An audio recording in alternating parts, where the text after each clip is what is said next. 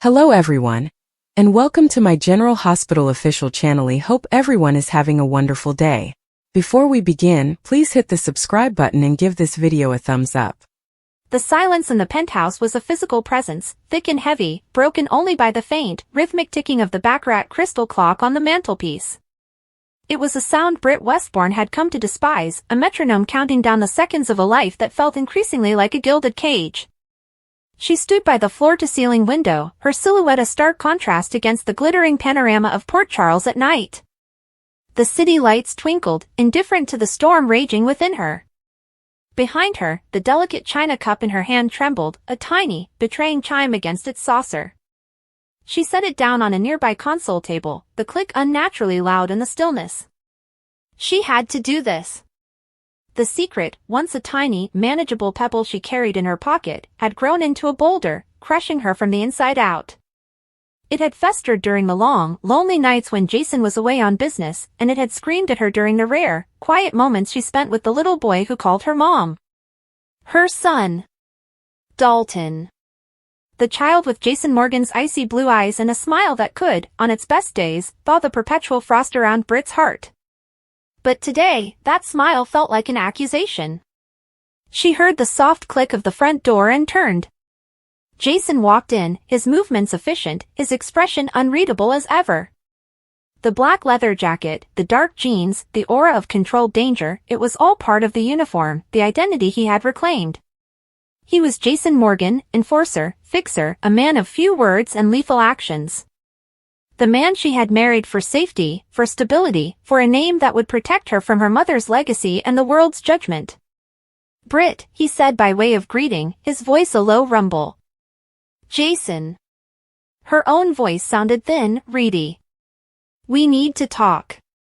He paused, his gaze sharpening. He was a man who operated on instinct and threat assessment, and he'd just categorized this conversation as a potential problem. What about? About Dalton. The name caught in her throat. A flicker of something, concern? Impatience, crossed his features. Is he okay? He's fine. He's asleep. Britt wrapped her arms around herself, a defensive gesture she immediately forced herself to drop. It's not about his health. It's about his parentage. Jason's posture didn't change, but the air in the room shifted. The silence became charged, waiting. What about it? This was it.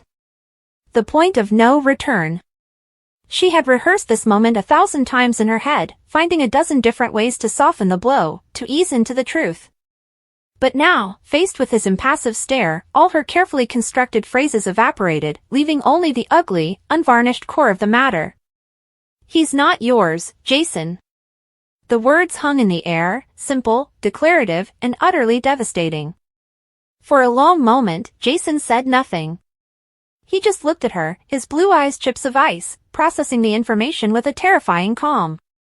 Explain, he commanded, the single word laced with a quiet menace that made the fine hairs on her arms stand up. Britt took a shaky breath, her composure beginning to crack under the weight of his stare. The timing, it was always off. You know that. We both did. We pretended it didn't matter, that the paternity test was just a formality, but I knew. I knew he wasn't yours. Who? The question was a gunshot. She flinched. It was during one of our breaks. It was a mistake. A stupid, drunken, meaningless mistake. I was scared and alone, and I thought you were never coming back. I thought you were dead. The excuses tumbled out, pathetic and weak even to her own ears. Who is the father, Britt? Jason's voice was dangerously low, each word enunciated with chilling precision.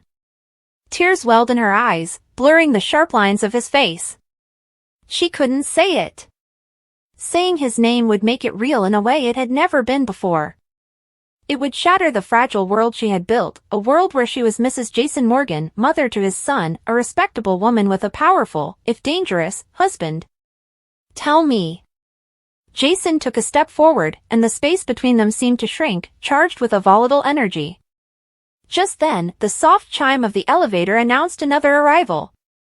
The penthouse door, which Jason had left slightly ajar, swung open to reveal Willow Tate, her face pale and drawn, her arms full of files.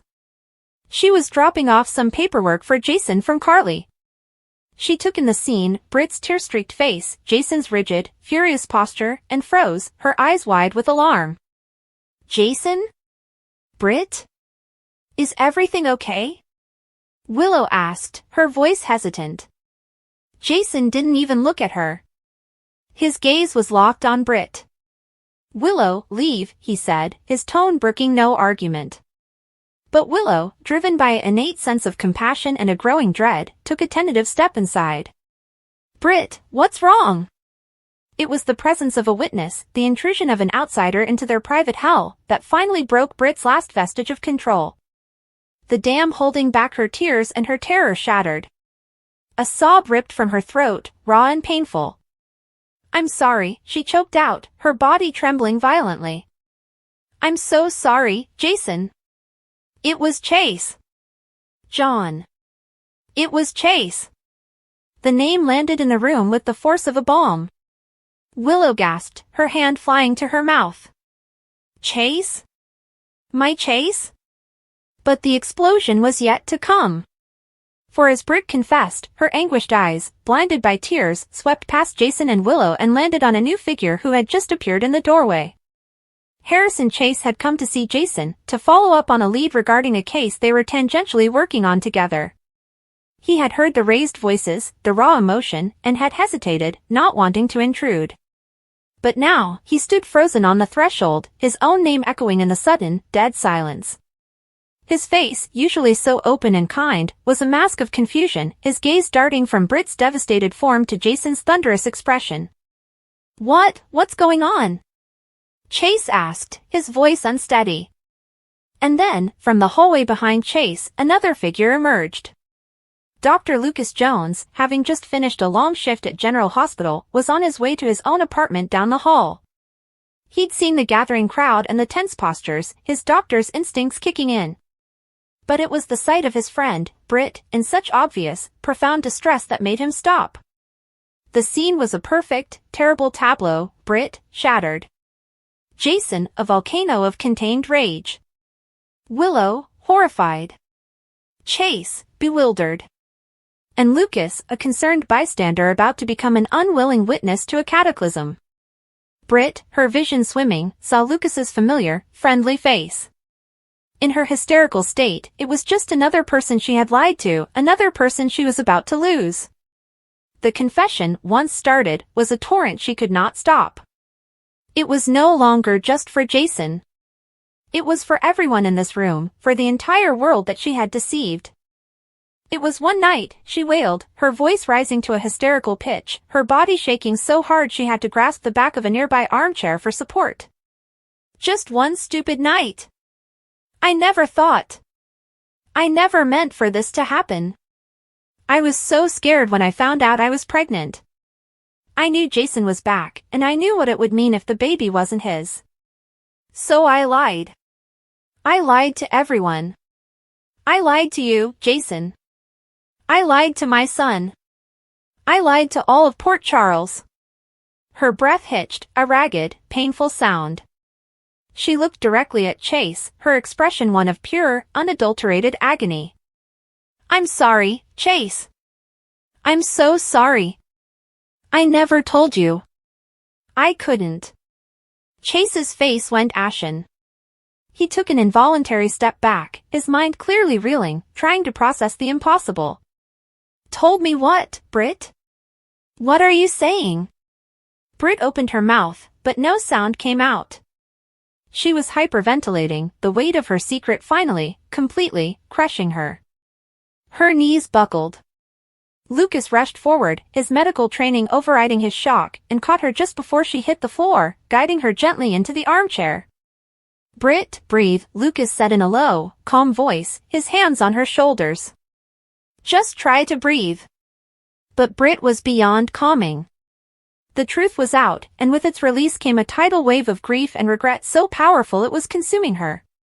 She clutched at Lucas's lab coat, her knuckles white, her tear-filled eyes searching his face as if he could offer an absolution he was in no position to give. "Lucas, oh, God, Lucas," she sobbed, her voice a broken whisper that somehow carried through the petrified silence of the room. "He's your nephew. Dalton, he's your nephew." The air left the room. For a heartbeat, no one moved, no one breathed. The ticking of the crystal clock was the only sound, marking the moment their lives were irrevocably broken. Willow's horrified gaze swung from Britt to Chase, her mind making the connection that Britt, in her hysterical state, had not explicitly verbalized for Chase's benefit. If Lucas was Dalton's uncle, that meant. Chase stood perfectly still, his body rigid. The confusion on his face cleared, replaced by a dawning, horrifying comprehension.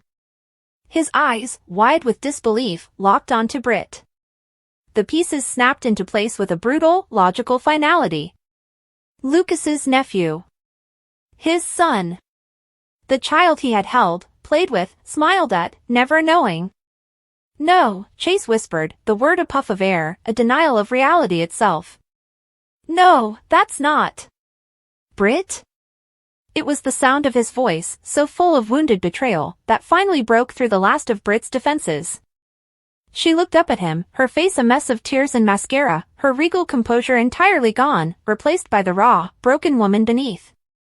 "He's yours, Chase," she whispered, her voice cracking on his name. "Dalton is your biological son."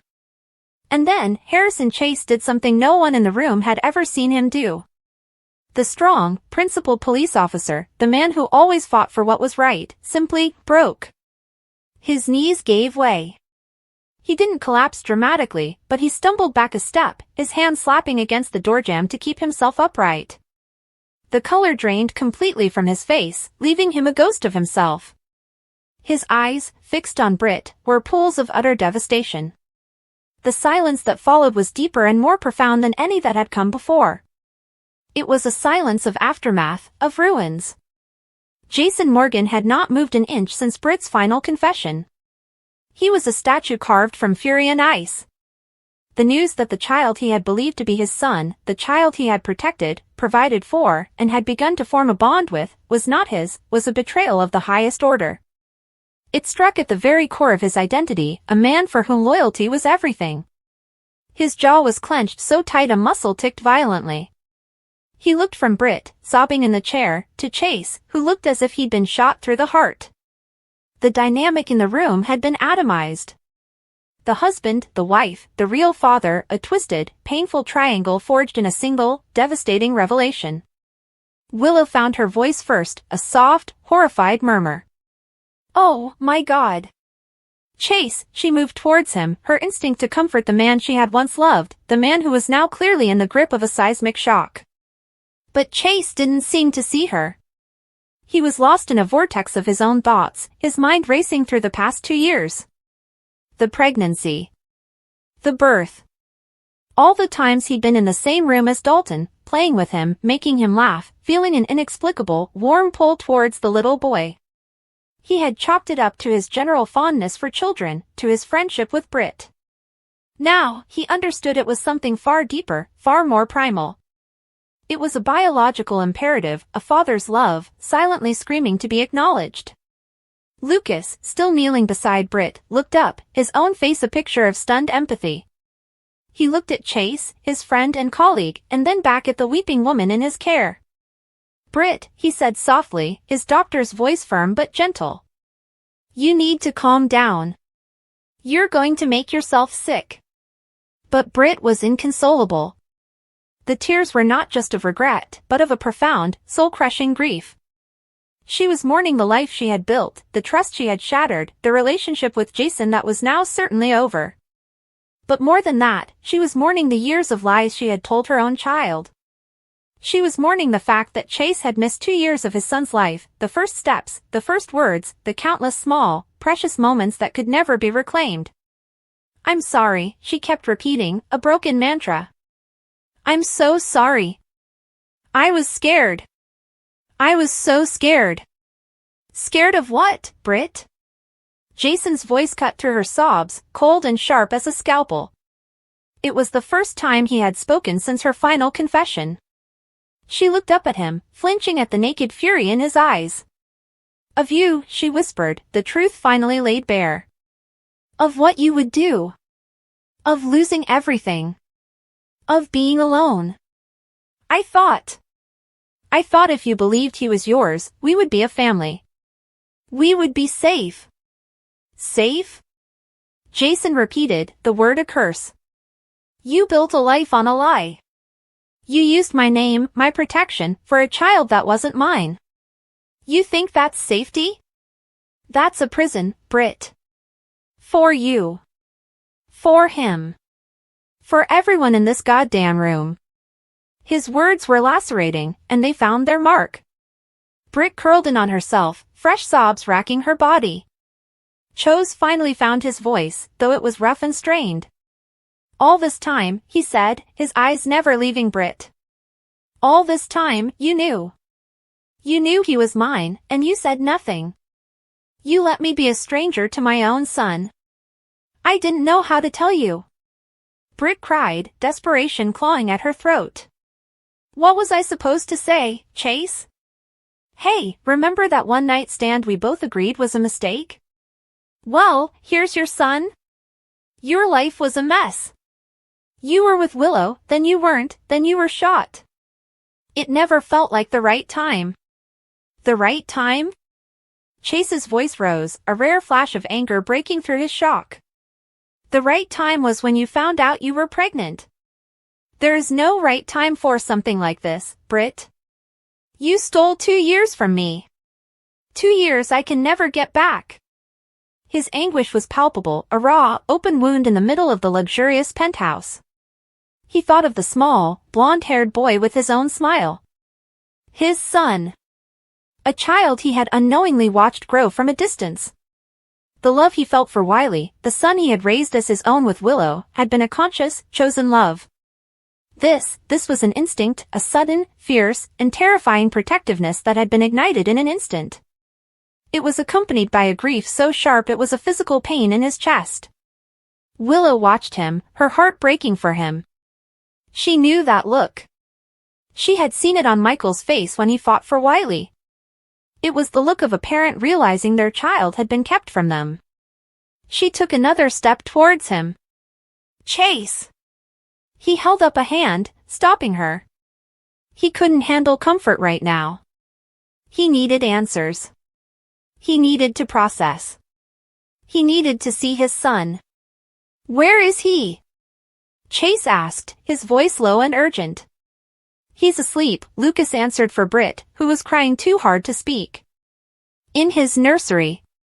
Without another word, Chase turned and walked out of the living room, down the hall towards the room where his son slept. His steps were deliberate, heavy with the weight of a new and overwhelming reality. Jason watched him go, his own fury a cold, hard stone in his gut. He felt erased.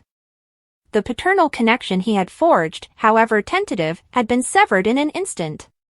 He was a placeholder, a cuckoo in his own nest. The betrayal was so absolute, so personal, it felt like a physical violation. He looked at Britt with a contempt so pure it was almost awe-inspiring. "Get out," he said, his voice dangerously quiet. Britt looked up, her eyes wide with fresh terror. "Jason, please. Get out of my home," he repeated, each word a shard of ice. "Now." Lucas stood up, placing a protective hand on Britt's shoulder. "Jason, she's in no state to go anywhere. She's hysterical." "I don't care," Jason said, his gaze never wavering from Britt. "You made your choice 2 years ago. You live with the consequences. Get your things and get out." The finality in his tone was unmistakable. This was not a fight. This was an eviction. The marriage, the life, the illusion, it was over. Willow felt like an intruder on a private apocalypse. She looked from Jason's implacable face to Britt's broken form, to the empty hallway where Chase had disappeared. The foundations of multiple lives had been vaporized in the space of 5 minutes. The repercussions would ripple through Port Charles for years to come. In the nursery, decorated in soft blues and grays, Chase stood over the crib. Dalton was sleeping peacefully, his little chest rising and falling in a steady rhythm. One small hand was curled next to his cheek, his blonde hair tousled against the pillow. In the dim glow of the nightlight, Chase could see it all so clearly now. The shape of his eyes, the curve of his cheekbone, the little cleft in his chin that was a smaller version of his own. His son. A wave of emotion so powerful it stole his breath washed over him. It was love, immediate and fierce. It was grief, profound and aching, for all the lost time. It was anger, white-hot and righteous, at Britt for her deception. And it was fear, a cold, clenching fear, for what this would mean for this innocent child caught in the crossfire of adult lies. He reached out a trembling hand and gently, so gently, brushed a stray lock of hair from Dalton's forehead. The child stirred slightly, sighing in his sleep, but did not wake. Chase's vision blurred with tears he refused to shed. This was his boy. His flesh and blood. And no matter what hell was breaking loose in the living room, no matter the legal and emotional battles that were sure to come, one thing was now irrevocably true. Harrison Chase was a father. And he would move heaven and earth to be in his son's life. Back in the living room, the fallout was settling into a new, terrible status quo. Britt, with Lucas's help, was shakily gathering a few essentials, her body still trembling with the aftershocks of her confession. Jason stood sentinel by the window, his back to the room, a solitary figure silhouetted against the city lights, the very picture of a man whose world had been built on sand and had just been washed away. The truth was out. It had been messy, painful, and destructive. It had left tears of regret, the cold ashes of a dead marriage, and the dawning, complicated reality of a new fatherhood in its wake. The story of Dalton's parentage was no longer a secret. It was a wound, freshly opened, and the healing, for everyone involved, would be a long and painful process. The penthouse, once a symbol of power and security, was now just the empty, echoing site of a catastrophe. The clock on the mantel continued to tick, indifferent, marking the first minutes of a new and painful era for them all. The air in the small exam room felt thick, as if every breath fought through tension that had been building for years. Sidwell stood near the wall, arms folded tightly across his chest, trying to convince himself he knew what Britt was about to say. He didn't. And deep down, he feared this moment more than he feared anything else in his life. Britt slowly closed the folder in her hand, her expression softening with a sympathy she rarely showed. "Sidwell," she said quietly, her voice steady but gentle, "I need you to listen to what I'm about to tell you." Sidwell stiffened, inhaling sharply. "I am listening," he muttered, though his voice cracked with nerves he couldn't mask. Britt took a careful step forward. The DNA test came back. "Anne, Dalton is your biological son." Sidwell blinked. Then again. The words didn't land at first, they floated somewhere above him like a truth he refused to accept. But the moment they sank in, his breath hitched. No, that can't be right," he stammered, shaking his head violently. "Britt, I told everyone, there was no way." Britt swallowed, watching the storm of emotions unraveling inside him. "I checked 3 times. I made sure there were no lab errors. The results are conclusive." Sidwell's throat felt like it was closing. His fingers shook as he dragged them through his hair. "Dalton. My son," he whispered, barely able to say the words out loud. Britt nodded slowly. "Yes. Yours." And that was when the dam broke. Sidwell's chest caved inward, and the tears came, messy, uncontrolled, years of guilt pouring out of him as he fell back against the wall. "Oh my God," he choked. "What have I done?" Britt stepped closer but didn't touch him yet. She knew Sidwell, and she knew he needed a moment to break before he could breathe again. Sidwell pressed the heels of his palms into his eyes, trying to stop the tears, but they kept coming. "I left him," he gasped. "I walked away. I thought he wasn't mine. I thought it wasn't possible." His voice grew hoarse as the weight of the truth crushed him from every direction. "All this time, I thought I was doing the right thing. I thought staying away was better for everyone. God. Dalton." Britt's expression softened even more. "You didn't know," she reminded him. You believed what you were told. You believed what you thought was true. But Sidwell shook his head with a force that made his voice shake. That doesn't matter now. None of it matters. I missed everything. And all this time, you were holding on to something that could have given us hope. I thought I was doing the right thing, Drew whispered. You weren't, she said, voice firm. You made the wrong choice. The front door swung open and Michael walked in, closing it behind him. When he saw the tension in the room, his body stiffened. What's going on? He asked, eyes shifting between them. Willow looked at him, then back at Drew. Tell him, she said. Drew swallowed hard. Willow. Tell him, she repeated, sharper this time. Michael stepped closer. Tell me what? Drew took a breath. There's something I found out. Something I didn't tell you yet.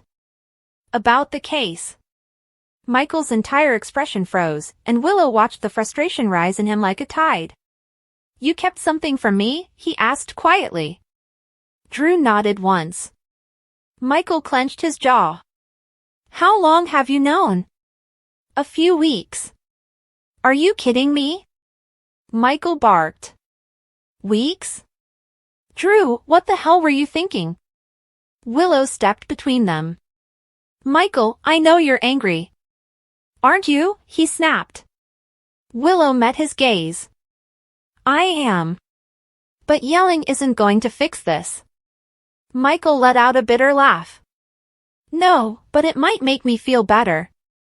Drew held up the papers Willow had handed him. Michael, this changes the trajectory of the trial. But only if we use it the right way. If we move too fast, the whole plan can backfire. That's why I waited. Michael snatched the documents, scanning them with growing shock.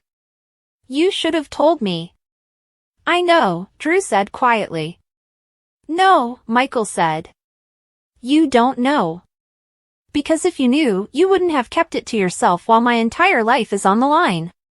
Willow placed a hand on Michael's arm. Michael, breathe. He exhaled shakily. Drew took a step forward. Look. I messed up.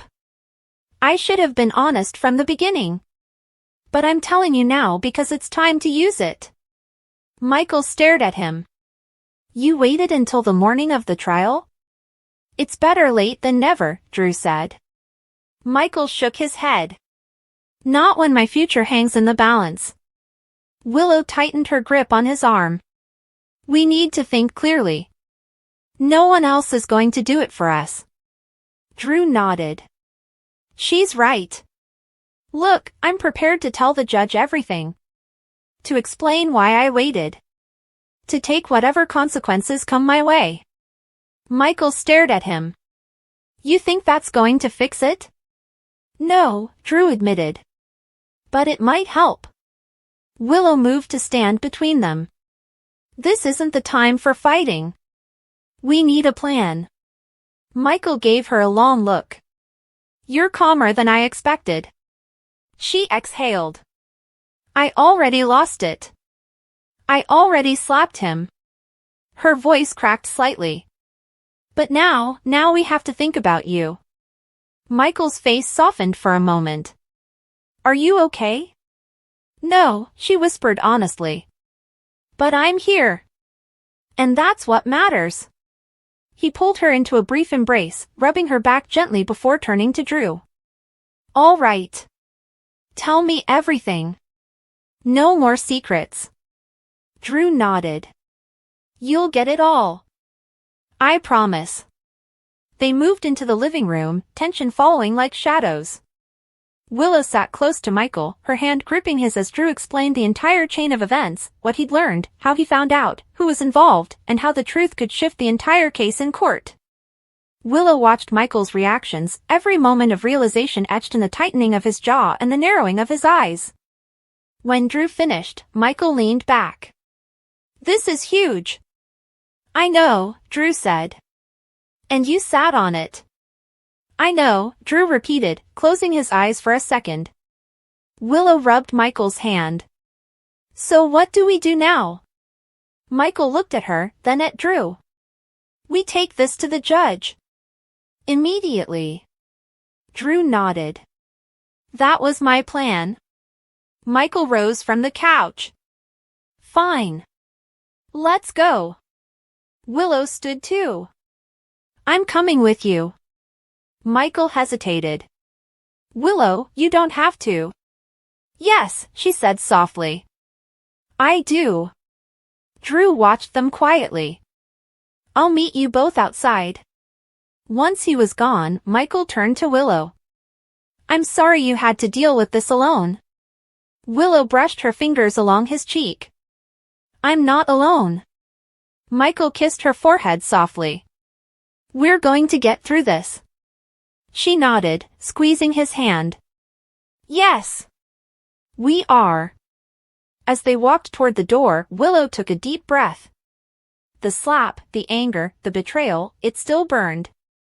But for now, there was something bigger at stake. The truth was finally out. The trial awaited. And Willow would face it with Michael, no matter what it brought next. They stepped outside into the cool morning air, heading toward a future none of them could fully predict, but one they were determined to fight for, with honesty, with resolve, and with every painful truth finally laid bare.